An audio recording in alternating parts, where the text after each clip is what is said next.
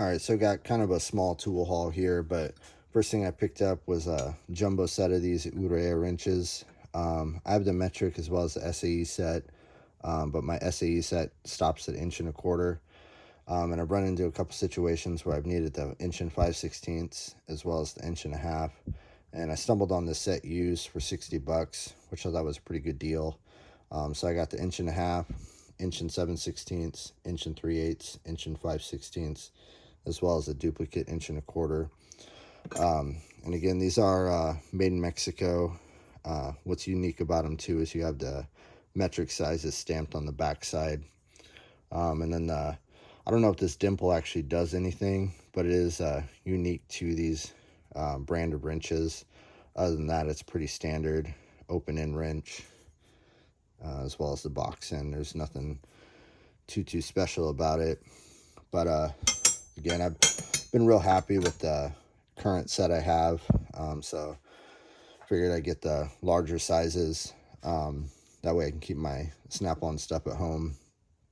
As I mentioned in the past, I do work outside currently, waiting on a new shop to get built.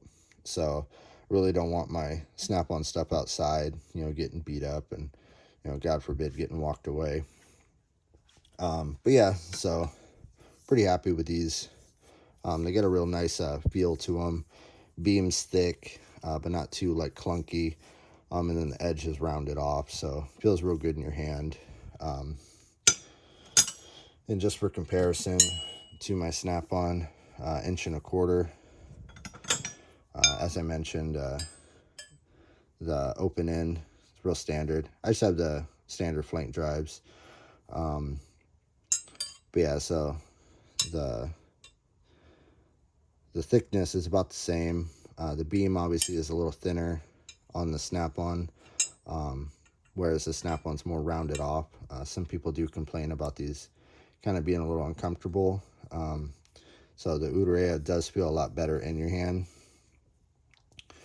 And then the box end, I'd compare this Urrea kind of to the SK, where the beam kind of is a little bulky going into the box, but I wouldn't say it would cause any sort of obstruction, as the box width is pretty comparable to the snap-on. Might even be a little thinner, but again, real happy with the quality. So I figured I'd go ahead and get some more. Next thing I picked up was a 5-inch extension, 3/4 drive gear wrench. Part number on this is 81411, and I just mainly got this for doing wheel seals. Kind of hook up my socket, and then it kind of gives me a little distance with my ratchet, so I'm not rubbing on the studs trying to loosen or tighten.